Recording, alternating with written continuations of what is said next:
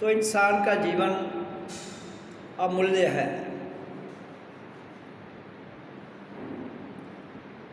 और जब हम एक अमूल्य शक्ति को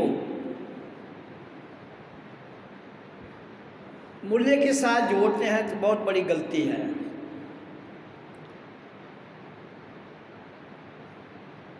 इंसान ने अपने जीवन को पदार्थों से तोलता है। वो जबकि पदार्थ इस धरती की देन है।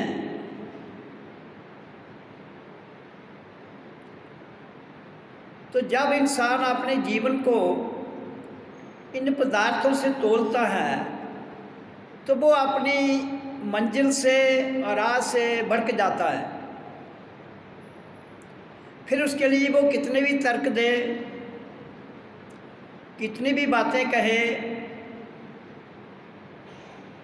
तो उसके जीवन में वो कभी भी सार्थक रूप में कार्यरत नहीं रहती हैं। मन, बुद्धि, विचार, ये सब बाहरी रूपी प्रचलन में आते हैं। इंद्रियां तो जो बाहर से हम इकट्ठा करते हैं वो माया है।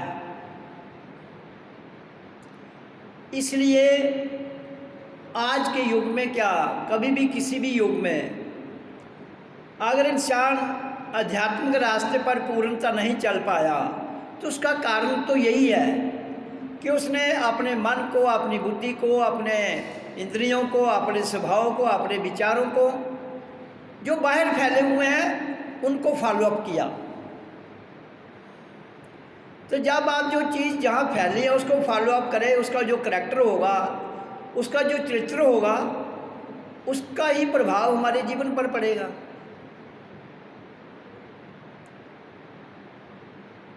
फिर आप कितनी पूजा पाठ करते हैं, कितनी भक्ति करते हैं, तो जब तक आप विचारों को समेटेंगे नहीं, तो समेटने का अर्थ क्या है? विचारों को समेटने का अर्थ है विचारों से मुक्त होना। विचार चल रहे हैं, ध्यान कभी नहीं लगेगा। और इसके साथ एक और बात है, विचार चलते हुए भी ध्यान लगा रहे, बहुत बड़ी बात है। उसी को पूर्णता कहते हैं। एक, जब तक हम आध्यात्मिक सफर को पूरा नहीं कर लेते तब तक विचारों में उलझे रहेंगे तो कभी भी ध्यान नहीं लगेगा, कभी भी हम समाधि में नहीं जा पाएंगे, कभी भी हम आध्यात्मिक यात्रा की ओर नहीं बढ़ पाएंगे, कभी भी हमारे भीतर से आध्यात्मिक ज्ञान नहीं निकलेगा। इसलिए जीवन में जब तक हम अपने बाहरी जो संसार में फैला हुआ है उसको नहीं समेटते, उसको समेटना पड़ेगा। फिर आप अपने भीतर जाओगे, फिर आप अपने भीतर के द्वार खटखड़ा पाओगे, फिर आप अपने भीतर के गुरु को जगा पाओगे, फिर आपके भीतर बैठा हुआ जो मालिक है वो दिखेगा, फिर आप उस रूहानी शक्ति को आप जान पाओगे जिसके लिए आपकी भौतिक साइंस आज तक उसको सार्थक नहीं कर पाई। कुछ बातें जो उसने सार्थक की जो उनकी टेक्नोलॉजी में आती थी, जो बात उनकी टेक्नोलॉजी में नहीं आती थी उन्होंने कहा कि ये है ही नहीं। लेकिन समय के साथ जैसे ही भौतिक विज्ञान बढ़ता जाएगा तो और नई खोज आपके समक्ष आती जाएगी। लेकिन जिसको हम आत्मा कहते हैं, जिसको हम एक अलौकिक ऊर्जा, दिव्य ज्योत, दिव्य प्रकाश और दिव्य वाइब्रेशन, दिव्य अनहद साउंड, वो व्यक्तिगत मामला है, विज्ञान की दृष्टि से वो इनके काबू में नहीं आएगा। वहाँ आपका विज्ञान इसकी खोज को नहीं कर पाएगा। इसलिए कुछ लोग कहते हैं कि प्रकाश किसी को दिखता है, किसी को अंदर से शब्द की आवाज़ सुनाई देती है, तो वो दूसरे को खाली बता सकता है, उसको प्रेरणा दे सकता है, लेकिन जब तक उसके भीतर का गुरु नहीं जागता है तब तक ना तो प्रकाश और ना ही वो अनहत ध्वनि सुनाई देगी। तो इसलिए सबसे मेन बात है कि हम विचारों में उलझे जाते हैं, और विचार एक नहीं है। मैंने बहुत बार कहा है, mind is a grid of thoughts. हमारा मन जो है ये विचारों का एक बहुत बड़ा ग्रिड है। तो जब तक हम इस ग्रिड को अपने आध्यात्मिक मार्ग के रास्ते से शांत नहीं कर पाएंगे, तब तक हमारा जो अध्यात्म मंजिल है उसकी ओर नहीं जान पाएंगे। तो इसलिए चाहे आप मंदिर जाते हो, चाहे आप मस्जिद जाते हो, चाहे आप सत्संग में आते हो, चाहे कहीं किसी और स्थान में जाते हो, ध्यान के बिना कोई ऐसी विधि नहीं है जो आपको अपने आप से मिला सके। दूसरों से मिलाने के लिए, दूसरों को प्रेरित करने के लिए आपके पास मन है, बुद्धि है, विचार हैं, लेकिन अपने आप को जानने के लिए आपको विचार मुक्त होना पड़ेगा। तभी आप समझ पाएंगे कि आध्यात्मिक यात्रा है क्या। दूसरों की सुनी सुनाई बातों को आप रट सकते हो, दूसरों की बताई हुई बातों की आप नकल कर सकते हो, लेकिन समझने के लिए आपको अपने भीतर की यात्रा करनी पड़ेगी। इसलिए मेरा कहने का जो भाव है, अपनी आंतरिक यात्रा, और आंतरिक यात्रा कब होगी? जब आप भीतर जाएंगे।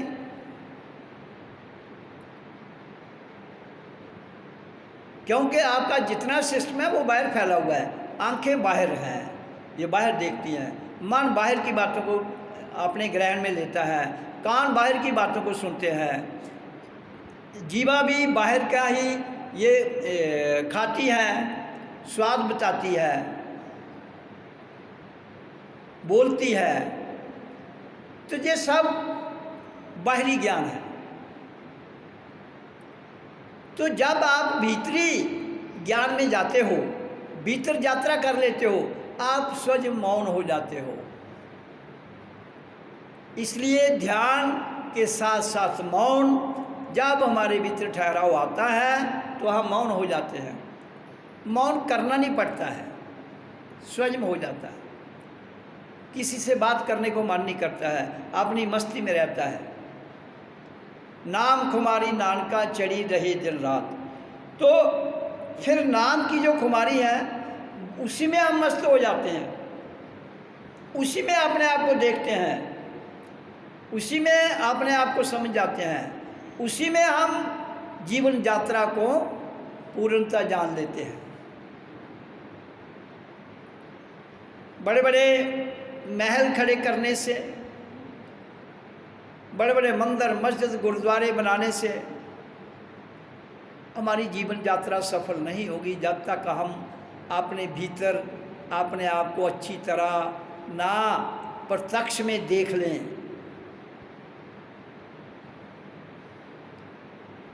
तो इसलिए गुरु स्वयं है, आप शिष्य भी स्वयं है, और मिलना भी स्वयं को है।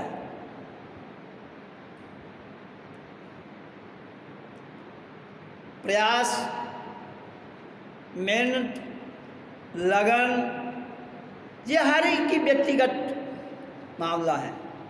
वो कितनी मेहनत करता है, कितना प्रयास करता है, कितने उसके संस्कार हैं, और कैसे वो अपने आप को इस आध्यात्मिक क्षेत्र में आगे ले जाता है।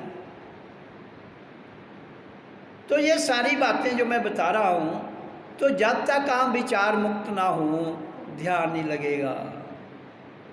ध्यान नहीं लगेगा तो अध्यात्म यात्रा शुरू भी नहीं होगी। इसलिए जब हम शब्द करते हैं तो ये हमें खाली करता है।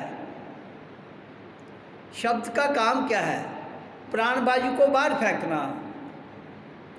और मैंने बहुत बार कहा है कि जो कुछ भी मैल है, जो कुछ भी हमारे अंदर स्टॉक है, वो प्राण वायु की वजह से है। अगर प्राण वायु को पूर्णतः बाहर फेंक जाएंगे हमारा ध्यान लग जाएगा। हम विचार शून्य हो जाएंगे। और जब ध्यान लग गया संसार से आप अपने आप में आ गए, आप मुक्त। और मोक्ष क्या है?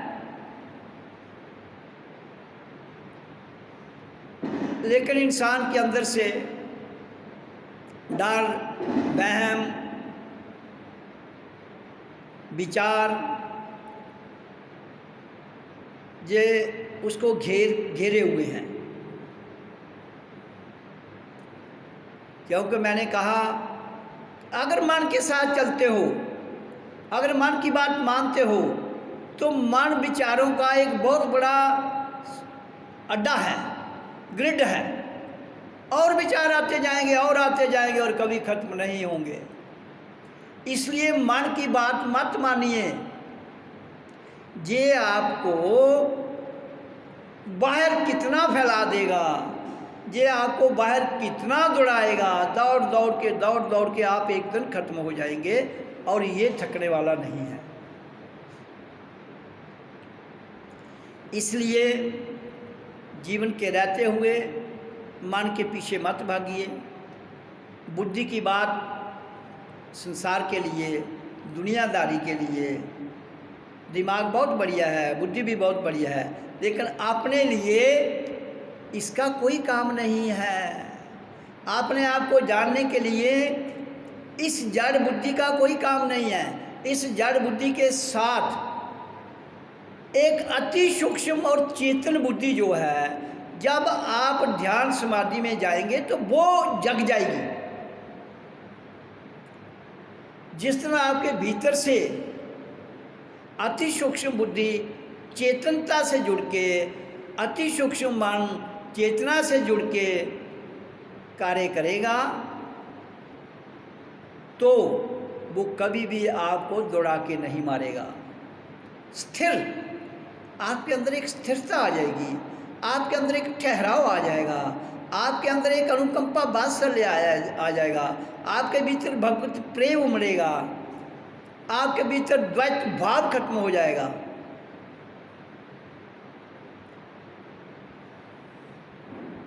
तो इसलिए जब तक द्वैत भाव रहेगा तब तक मन भी सक्रिय रहेगा, तब तक बुद्धि भी सक्रिय रहेगी, तब तक इंद्रियां भी सक्रिय रहेंगी। तो इसलिए इस जीवन यात्रा को हमने कहाँ से कहाँ ले जाना है। मेडिटेशन के साथ विचार मुक्त होकर ध्यान में, ध्यान से फिर अध्यात्म यात्रा समाधि में, समाधि से आगे ज्ञान है इसका, फिर ज्ञान से आगे फिर दोबारा नया रास्ता शुरू हो जाएगा आपका। अज्ञान, मौन, फिर ज्ञान की भी कोई वैल्यू नहीं है उस व्यक्ति के लिए जिसने ये यात्रा विचार से लेकर उस वहाँ तक तय कर लिया है, जहाँ से फिर एक नई सुबह हो जाती है। फिर आप विचारों के साथ भी, मैंने पहले आपको बताया कि एक यात्रा है जो विचार मुक्त करके शुरू होनी है, और फिर दूसरी अंत में, अनंत में जो यात्रा है, वहाँ ना विचार आपका कुछ बिगाड़ेंगे, ना बुद्धि कुछ बिगाड़ेगी, ना मन कुछ बिगाड़ेगा। क्यों नहीं बिगाड़ेगा? क्यों? आप चेतनता में चले गए हैं। जहाँ प्रकाश होगा वहाँ अंधेरे की महत्ता ही नहीं रहती है।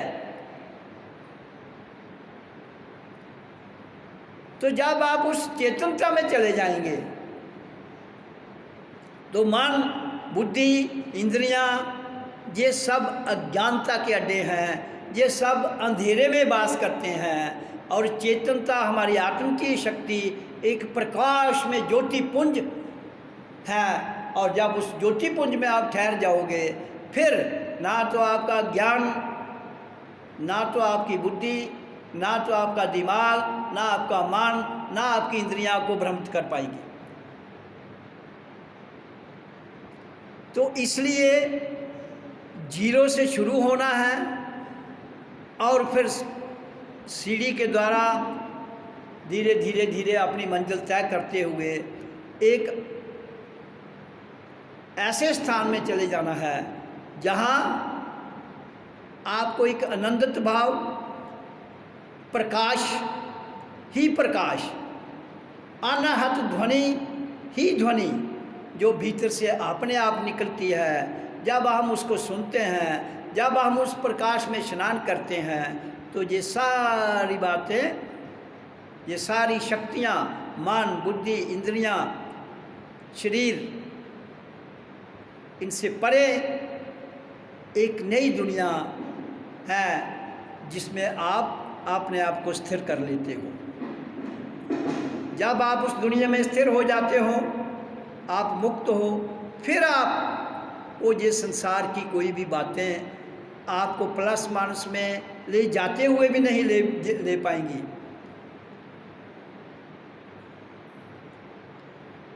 फिर आपके ऊपर कोई मैल, किसी प्रकार की जो यहाँ प्रकृति का जो सिस्टम है वो आपको प्रभावित नहीं कर पाएगा। तो इसलिए ये जीवन जो हमें मिला है, ये स्वच्छता से शुरू होता है, स्वस्थ जीवन। तो स्वस्थ जीवन बाहर से भी हो, स्वस्थ जीवन अंदर से भी हो, तो जब दोनों मिलके एक नई धारा फूटती है जिससे हमें जीने की कला आ जाती है। सत्संग में आने का अर्थ है कि हमें जीने की कला आ जाए, हम अपनी चेतनता को चैतन्य में ले जाते हुए अपने आप में अनन्त भाव में रहें।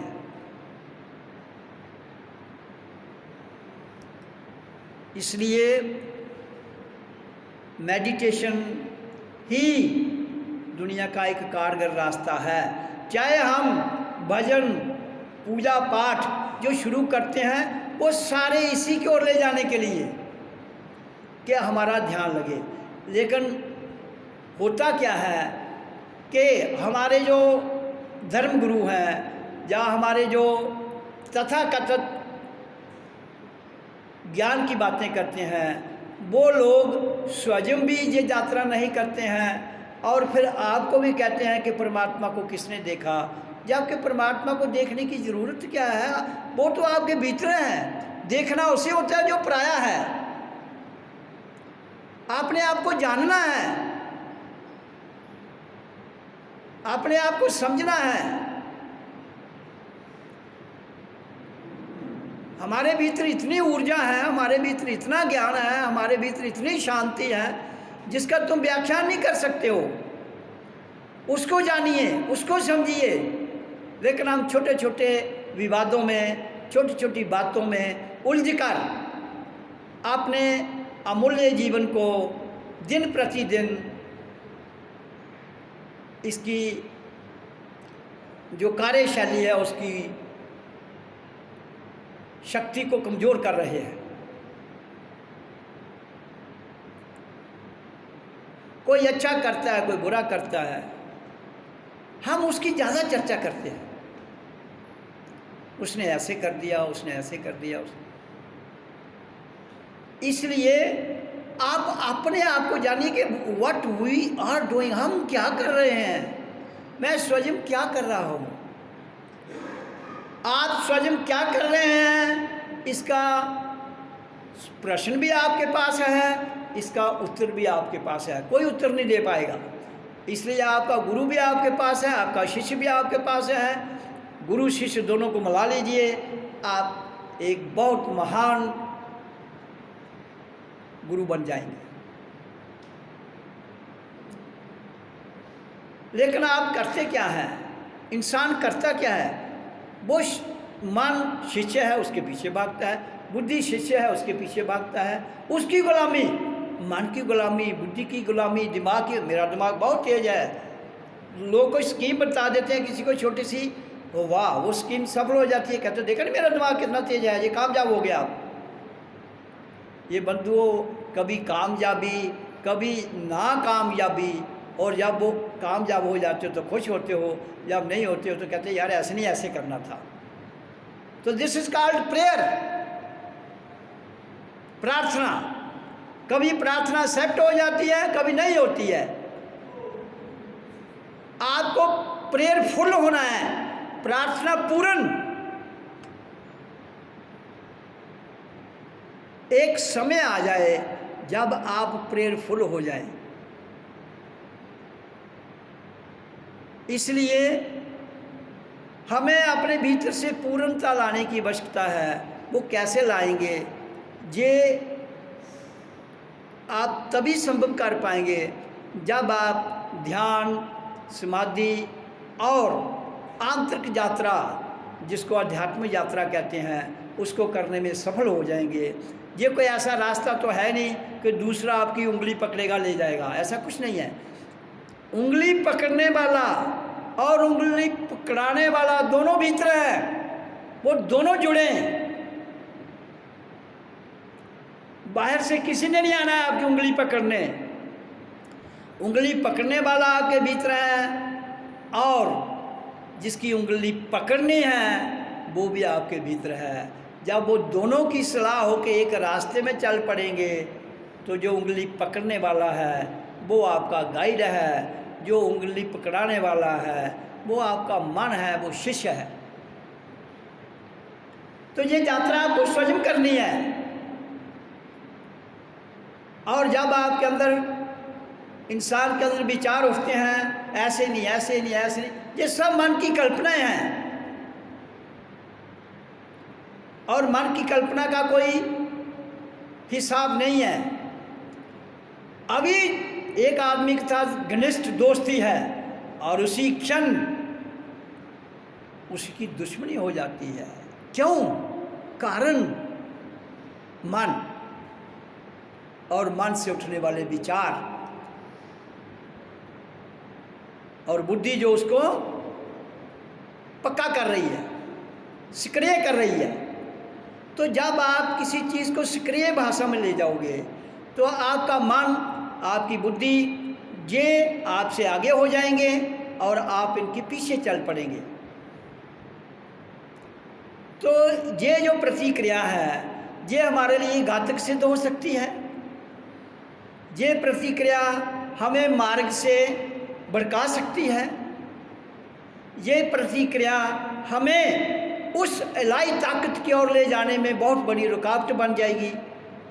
इसलिए जब तक हम विचार मुक्त, जब तक हम विकार मुक्त, जब तक हम मन, बुद्धि इनके चंगुल से अपने आप को नहीं छुड़ा पाएंगे, तब तक बंधुओं कभी भी ये यात्रा सफल नहीं होगी। इसलिए मैं कह रहा हूँ कि सत्संग है क्या?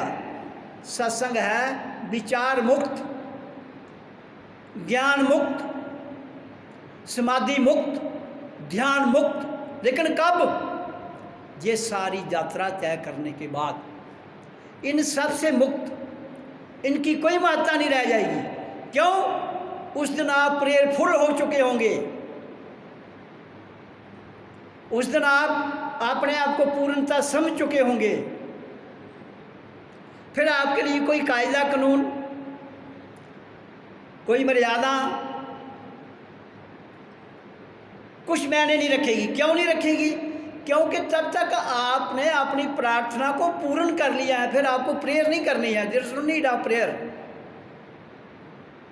प्रेयर दूसरों के आगे की जाती है, और प्रेयरफुल होना वो अपने आप में अपने आप को जानना है। इसलिए अपने आप को जानना ही हमारा सबका कर्तव्य है। अपने आप को समझना ही इस धरती पर आने का हमारा मकसद है। अपने आप में रहना ही हमारा लक्ष्य है। अब विचार मुक्त, ध्यान, समाधि, ज्ञान, ये सारे पड़ाव हैं। जब पड़ाव पास करके मंजिल पर पहुंच गए तो वहाँ तो जितना सीढ़ी का सफ़र है वो नीचे रह गया। फिर आप स्वयं ही साक्षात गुरु हो जाएंगे। इसलिए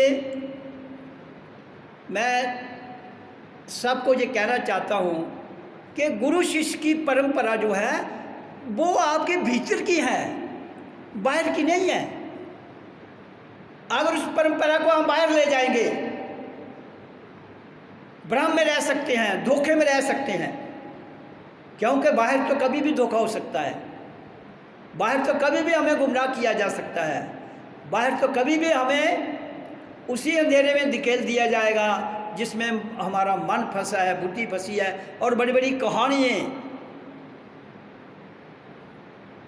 इसलिए अपने आप को शांत रखने के लिए, अपने आप में ठहरने के लिए, अपने आप को जानने के लिए आपको केवल अपने भीतर से, अपने आप से जुड़ना है।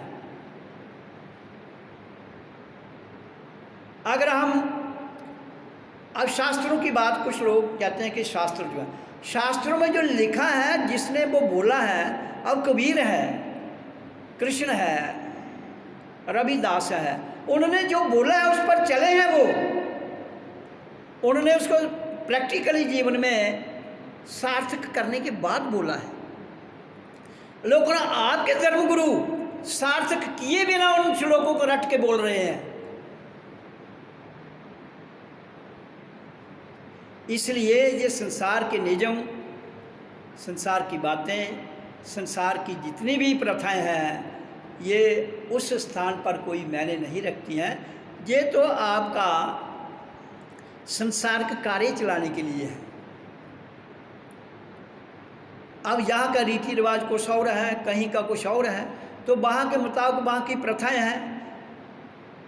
लेकिन परमात्मा की प्रथा तो अलग अलग नहीं है ना, वो अलग हो भी नहीं सकती है। अलग हो तो वो लाई ताकत भी नहीं हो सकती है, वो डिवाइन पावर भी नहीं हो सकती है। इसलिए मन, बुद्धि, शरीर, इंद्रियों से परे एक मौन, शांति, आनंद, जब हम भीतर से ही उसको जान लेंगे तो आपको पूर्णता समझ आ जाएगी। आप बहुत बड़े गुरु हैं। ये हमारा जो विश्व है, हर इंसान बहुत बड़ा गुरु है, लेकिन वो झांकता ही नहीं है। झांकता क्यों नहीं है कि अमूल्य जीवन को उसने मूल्य के साथ तोल दिया। जब हम एक इलाही ताकत को पदार्थों के साथ तोलेंगे तो पदार्थों की मात्रा बढ़ेगी, इलाही ताकत पीछे रह जाएगी, पदार्थ आगे आ जाएंगे। आपकी मन की कहानियाँ, आपके विचार, आपकी सोच, वो सब आगे आ जाएगी। क्यों? कि उससे दुकानदारी चल सकती है। तो इसलिए मैं तभी कहता हूँ कि अपने आप को जानिए, अपने आप में रहिए, समझिए, अपने आप से जुड़ के, अपने भीतर से, तो आपके सामने पूर्ण सच्चाई आ जाएगी। सत्य को कहीं बाजार में नहीं ढूंढना है हमने, सत्य तो हमारे भीतर है। सत्य तो एक खोज है, उस खोज के लिए ही तो हम इस धरती पर आए हैं। हम सबका कर्तव्य है कि उस सत्य को खोजना, लेकिन हमने उस सत्य को छोड़ के पदार्थों को खोजना शुरू कर दिया, और पदार्थों के आधार पर आपकी भौतिक साइंस है, उससे पदार्थ ही मिलेंगे, और पदार्थों से आपका जीवन जो है वो पदार्थ में हो जाएगा, और आप फिर उस सत्य की खोज से वंचित हो जाएंगे जिसके लिए हम इस धरती पर आए थे। तो इसलिए मेरा कहने का भाव सिंपल ये है कि आप अपने आप में शब्द करते हुए, शब्द ने करना क्या है, खाली करना है उसने, बस वो एक सीढ़ी है, एक स्टेप है वो छोड़ दो, अगला स्टेप वो भी छोड़ दो, अगला स्टेप वो भी छोड़ दो, तो स्टेप छोड़ते छोड़ते एक स्टेज आएगी, स्टेप खत्म हो जाएंगे, आपकी मंजिल आपके पास होगी। तो जितनी भी ये परिस्थितियाँ आती हैं, ये स्टेप्स हैं, ये मंजिल नहीं है। मंजिल पर तो कुछ भी नहीं है।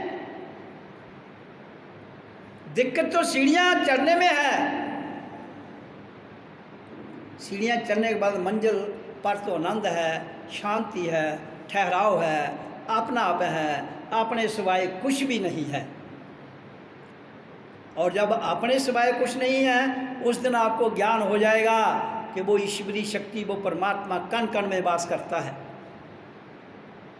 तब कह सकते हैं आप। इसलिए जब तक हम स्वयं को साक्षात ना कर लें, स्वयं को ना जान लें, स्वयं में ना ठहर जाएं और स्वयं से बात ना करें, तब तक बंधुओं कहीं ना कहीं हमारा जो यात्रा है वो अभी उस दिशा में पूर्ण नहीं है। तो इसलिए प्रयास करो, मेहनत करो, नेक नीयत से रहो, अपनी लगन में रहो और अपने आप में रहो।